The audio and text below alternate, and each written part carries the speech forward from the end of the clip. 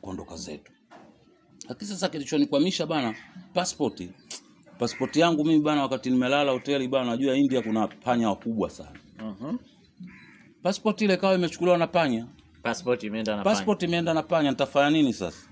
Ikawaje? Ikabidi mimi niagize kitambulisho changu cha NIDA. Kwa hiyo kitambulisho cha NIDA cha NIDA ndio kilinisaidia kutoka kule mimi nikarudi zangu. Sasa ndo naanza kukumbuka. Unajua nimepata tangazo moja la kuhusiana na NIDA. Ikifika mwezi wa 5, tarehe 1, ndio wale wote wenye namba zile za NIDA zinasitishwa. Yaani zile namba mlipewa namba kwamba mimi nikifika nataja tu namba zangu za NIDA moja. Sasa hivi zinasitishwa.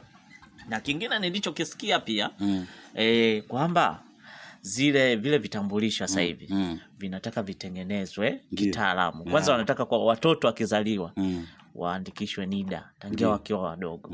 Alafu kingine kwamba zile NIDA zile pia zifanyaje, zitengenezwe kama wenzetu wa Marekani huko, kwamba ukifika unaweka tu kadi ya NIDA ukisafiri una nini. Ndio kilichokisikia. Kwa hiyo kumbe ndo maana mimi ndo nikatumia, basi ikabidi wanitumie jamaa kitambulisho cha NIDA. Mimi nikaenda zangu achukua tiketi, nikaona huko kufai. Nikaenda hapo, nikaenda zangu Montreal, sasa Canada hiyo.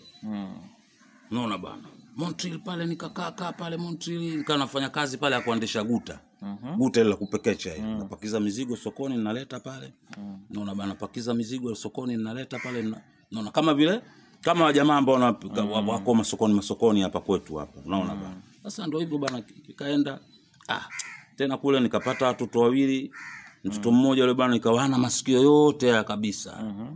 Hana masikio kabisa yule mtoto. Wazungu wakaona huyu bana Mwafrika amekuja na staili zake nyingine. Sasa yule mtoto akachukuliwa akapelekwa kwa sehemu ya makumbusho. Kwa hiyo yupo mpaka leo makumbusho pale kaeko. Hana masikio. Sasa hapa South Africa, maana ili jina South Africa lilitoka wapi? Na sijui kuna ile Johannesburg, ile Johannesburg ile ni kofia ya wana. Kulikuwa na mtu mmoja anavaa kofia hizi mnaita hizo kapelo hizi. Sasa yule Joburg mwenyewe yule. Unaona bana. Yule Joburg yule ulikuwa ni mfuko. Mfuko wa nani wa Johanna. Yule Johanna alikuwa anapenda sana kutembea na mfuko.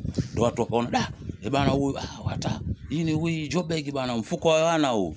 Naona bana ndio jina likapatikana. Na ile sasa ile Cape Town ni kwamba pale vijana walikuwa wanavaa sana cape zile. Kofia. Sasa hii kofia za mjini hizi bwana, Cape Town hizi.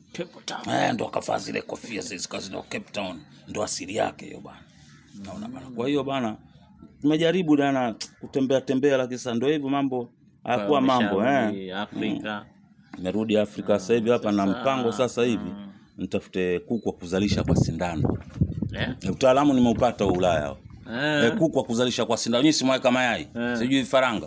Unachukua unamvizia kuku ule akampanda mwenzake, unakwenda pale unanyonya na sirinji, unamtafuta jike unamdunga ile anatotoa. Utaalamu mpya huo, teknolojia hii. Naona bana. Kama vile ambavyo wa China sasa hivi ukienda hospitali unajua sasa hivi kama una malaria wapi China kule wana kijikombe chao, yule daktari anachukua kile choo chako kidogo anatia hapa. Akwambia una malaria. Naona bana, una UTI hiyo. Bana. Na wale ndugu zangu kama kule kwetu kule huku hii coast si nini hii sehemu ya pwani inakuwa sana na ugonjwa wa ngirimaji. Basi ukifika pale yule daktari hiyo kwa wahindi wanakupiga risasi. Risasi kwenye ile busha ile maji yanatoka shule. Na wewe unapona. Si ndio teknolojia mle yani kwenye ile shooting yake mle mnakuwa na dawa. Akipiga pap kikiingia tu pale kinamwaga dawa, kile maji yanamwagika na mbanenda zako kale. Sasa ndio na mpango mimi wa nitafute kiwanja nifungue hiyo maabara hiyo. Na maabara nyingine kupima watoto wa akili zao.